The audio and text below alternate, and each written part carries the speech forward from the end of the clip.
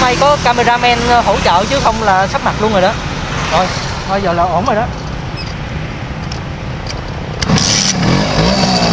Hello, chào mừng các bạn đã trở lại với Sim Xanh Sài Gòn Channel hả các bạn. Thì hiện tại là mình đang đi công việc, nhưng mà Sim Xanh của mình nó em ấy lại chứng rồi các bạn. Nè các bạn.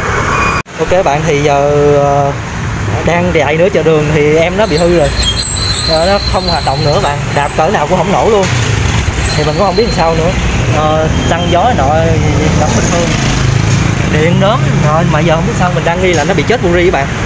Tại vì cái buri mà mình đang xài này, buri này nó cũng muốn chết mấy bữa rồi, mà mình cũng lì lợm mình gắn vô đó, giờ thì bị quả báo rồi bạn. Bây giờ thì mình đang cầu cứu cameraman đang chạy từ nhà lên để mang theo dụng cụ để mình tháo ra mình sửa, chứ giờ là không biết đường đâu lần nữa.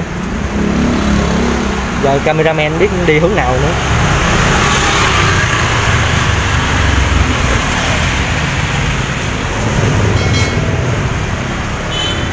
Rồi thôi, giờ mình đợi cameraman nha các bạn, chừng nào cameraman tới thì mình quay các bạn xem. Cameraman tới rồi kìa các bạn, đó. May quá, ơn trời. Rồi ok, bắt đầu làm việc thôi các bạn.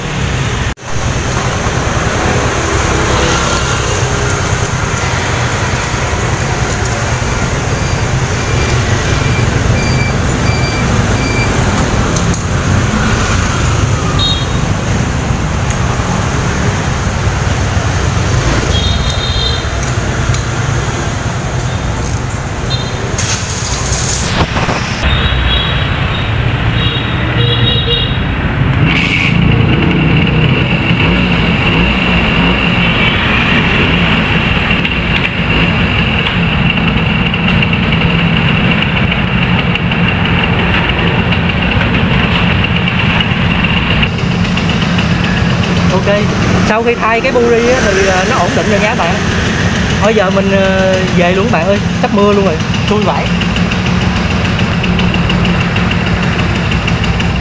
Ok các bạn, thì là sau khi gắn cái buri thì ok nha các bạn, chứng tỏ là hư bị chết buri. Đó nè.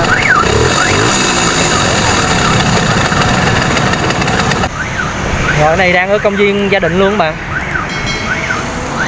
Ok, giờ là mình sẽ nổ máy mình chạy về luôn nha các bạn. Cũng may có cameraman hỗ trợ chứ không là sắp mặt luôn rồi đó. Rồi bây giờ là ổn rồi đó.